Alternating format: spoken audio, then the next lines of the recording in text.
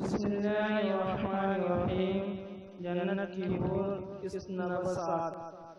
جیسے جیسے دور گزرتا جا رہا ہے تو قیامت قریب ہوتی جا رہی ہے اور دنیا اپنے آخری سانس میں ہے، یہ دنیا ختم ہونے والی ہے، آخرت قریب ہے۔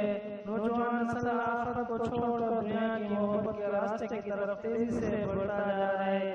ایسے دور میں نوجوان نسل کو آخرت کی طرف لے آنا بہت مشکل ہے، لیکن اللہ سے دعا ہے انشاءاللہ اس کتاب کو پڑھ کر نوجوان نسل آخرت کی طرف لوٹ آئے، کیونکہ آخرت ہمیشہ رہنے کی جگہ ہے جہاں اللہ نے ہر مسلمان کے لیے جنت کی حور پیدا کر کے رکھی ہے۔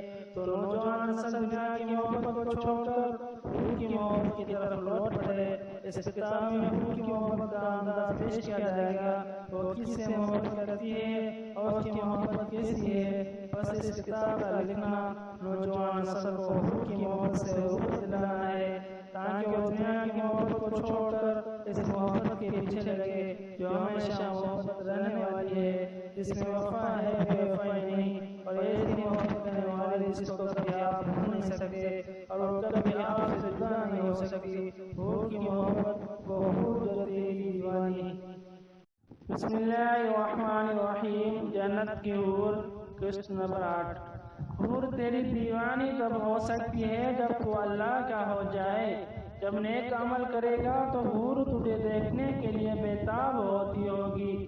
وہ کیسے بےتاب ہوتی ہے؟ اس طرح جب نماز پڑھنے والا اللہ اکبر کرتا ہے تو آسمان سے پردہ ہٹایا جاتا ہے، حور دیکھتی رہتی ہے جب تک نمازی سکون سے کھڑا ہے، تب تک دیکھتی رہتی ہے۔ اگر نمازی کو کھانسی آ گئی یا ایسا کوئی کام کرے جس سے نماز سے توجہ ہٹ جائے تو پردہ بند کر دیا جاتا ہے اور حور نہیں دیکھتی۔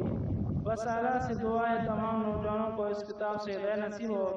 میرے اللہ کا لاکھ لاکھ شکر ادا کرتا ہوں جس نے مجھ جیسے ناکار، گناہ گار، سایہ کار کو قرآن شریف کا حافظ و قاری عالم بنایا اور میرے نصیب میں لکھ کے مجھے عطا کیا، اور میرے پیارے نبی صلی اللہ علیہ وسلم کا لاکھ لاکھ شکر جس کے بدولت ہم مسلمان ہیں۔